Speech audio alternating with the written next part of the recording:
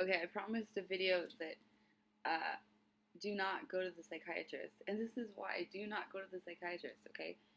If 100 people, 100 sane, regular people, 100 of your friends on Facebook or whatever, if 100 people went into a psychiatrist's office and said that they, what are some normal things that happen? Yeah, this is my grandma's necklace. Ever since I found it, I've kept it on. I'm so happy that I didn't throw it away. This is like the one thing that my mom's mom ever gave me, and she made it for me. And we never really knew each other, so it's like really special to me. And then this hat, I fucking love this hat so much. But anyway, if you take 100 people and you send them to the psychiatrist's office, and you could say, one of them could say, well, I've got a really high sex drive, and I just think about sex all day, and I masturbate, 4 times a day, and it's just crazy. And I don't know, sometimes I masturbate in my car, like me when I'm sober, and I'm over sex. Or you could say, I'm really sensitive and I think about the world issues a lot and I worry a lot about what's going on in Haiti and what's going on in Aleppo, and I'm really hooked into the news and I'm really scared and nervous. And you can have another person that says, yeah, I cry a lot and when I feel a lot. So when I see bums on the street, I cry for them and I cry and I get, blah, blah. And everybody's got something. Everybody's got something that they could be diagnosed with. Okay, so I'm saying if 100 people went to the right psychiatrist, and there's some good psychiatrists out there, I'm sure, but if you went to a regular one that just makes money off of pushing meds, right? Anything you say to them, any reason that you give them, they will give you medication, and maybe they'll get you started on just a little Xanax for your anxiety, and just a little bit of antidepressants to raise your mood, and just a little bit of antipsychotics to round out your bipolar, and just a little bit of this and just a little bit of that, and before you know it, you're on one meds and then three and then six for the side effects and then seven, and then I've seen it. I've watched my friends get morbidly obese or lose their sex drive completely and be on like 5 medications when they just got started with like one little problem, went to the psychiatrist, and then got on this roller coaster of medication. So do not go to the psychiatrist. Before you go to the psychiatrist, seriously, I want you to go find a spring. Go to findaspring.com. Go get spring water for yourself. Get on spring water for a month. Before you go to the psychiatrist, I want you to masturbate 3 times a day and call me in the morning. Or at least twice. Self-pleasure at least once or twice a day. Maybe you don't have time, but like at least once, like, and slowly and really loving yourself. Not just like jerkily, to release pressure, but just like loving yourself. And I want you to take a nice hot shower and rub oil into your body and say that I love you into the mirror every day, and put up post-it notes that say I love you and you're wonderful, all over your bathroom mirror. And I want you to eat really good food, eat the rainbow, eat a lot of colored food, eat fruits and vegetables, lots and lots of fruit and lots of vegetables. Get out and meet people, meet groups, go to your farmer's market, find hiking groups, exercise. There's so many things to do before you go to the psychiatrist. Like, maybe you need to move to a different city. Maybe you need to not be in the city at all. Maybe you need to change careers. Maybe you need to get out of a relationship or change a relationship. But all these things, like just because you have anxiety doesn't mean that it's bad anxiety or that your brain is messed up or that you're somehow wrong and need to be fixed. That's the nasty part about putting kids on meds, is that it gives them the idea that they're messed up and they need to be fixed, and that medication will fix them.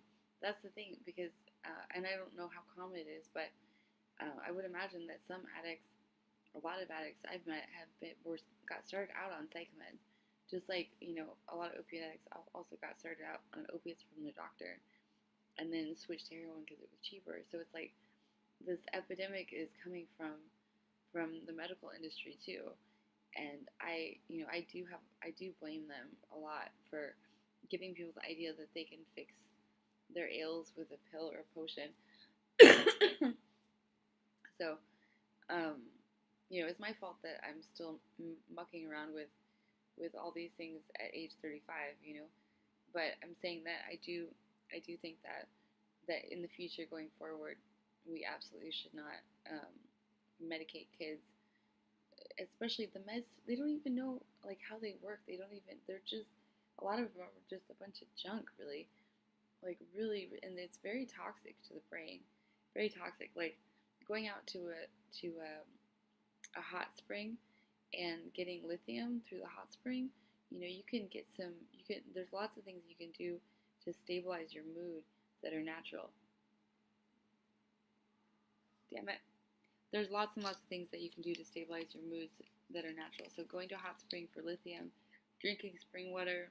Um, you might have to go to two different springs for the hot springs, and then the drinkable springs might be two different places. But really good water, really good food, really good people and friendship, and getting out in nature, and going after your passions.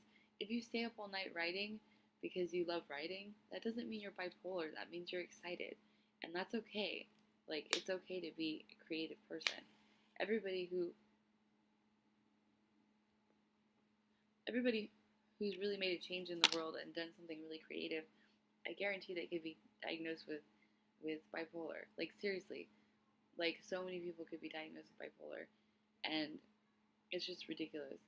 So anyway, please, please, please, before you go to the psychiatrist, especially if you're a young woman and you don't know why back in the day, like, the psychiatrist would masturbate you, would put you on a machine and like vibrate you, and I don't know what they called it, but they had all sorts of weirdo sex therapies and stuff. And for women, like, we're such easy targets. For the doctors, we're such easy targets. Oh yes, doctor, and we think that we're supposed to be sweet and polite. And if we have the inclination to be any other way, then we need to be medicated. And it's so ridiculous, but really, it's still happening. This is still happening. There's still young women all over the place that think that they're, bipolar, or that they're manic, or that they're depressed. And really, all they need is better nutrients and better self-love and self-care. Seriously, eat good food, drink good water, be around good people, go after your passions, and touch yourself, masturbate, come, orgasm. Betty Dodson's like 64, 66. She's the writer of Sex for One, and she has a blog and does YouTube videos. She's 66 or 64, and she's still not on psych meds. She's still happy enough because she masturbates, she orgasms every day, and that's her prescription, and that's a really good prescription. So anyway, that's my checklist before you go to the psychiatrist, and tell them I think I might be crazy, because they'll tell you that you are crazy. They will peddle these meds. That's what they do. That's their occupation. That's their job. They're just doing their job. So don't let them do their job to you. That's what I'm saying, because they're going to continue to do their job. So don't let them do their job to you. So anyway, that's before you go to the psychiatrist. All right. Bye. Bye, guys. Thank you. Like and subscribe. Also, you can go over to my other channel for my for when I'm sober and clean and off of heroin. That's Dawn Moret, DawnMarette.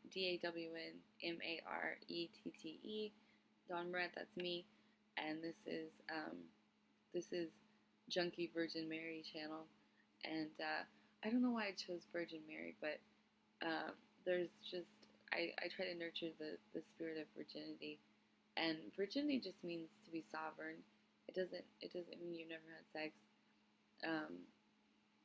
Virginity is a freshness and a childlikeness, and it's just a feeling of being open and in wonder, and that's what it means to me. So that's why I call myself Virgin Mary. And I just heard a noise in like a bag. I really hope it's not a cockroach. I think it's just the bag moving. Scared me. I don't not like insects. I mean, I'm okay with insects, but roaches I have a huge problem with. Like, I like beetles and crickets and all those. I can just pick them up and take them outside. Roaches, I try to pick them up and take them outside, but typically I'll capture them in something. It sort of depends. But when I'm stoned, I'll pick them up with my bare hands. I'm so loving when I'm stoned. Like, there's no way that you catch me eating meat or killing anything when I'm stoned. That's why, like, I really hope that we legalize weed. It's so much better than alcohol. As far as it's just so much better. I think it's so much better. Anyway, all right, guys. We'll leave your comments down below and let's start a conversation. Love you guys. Bye.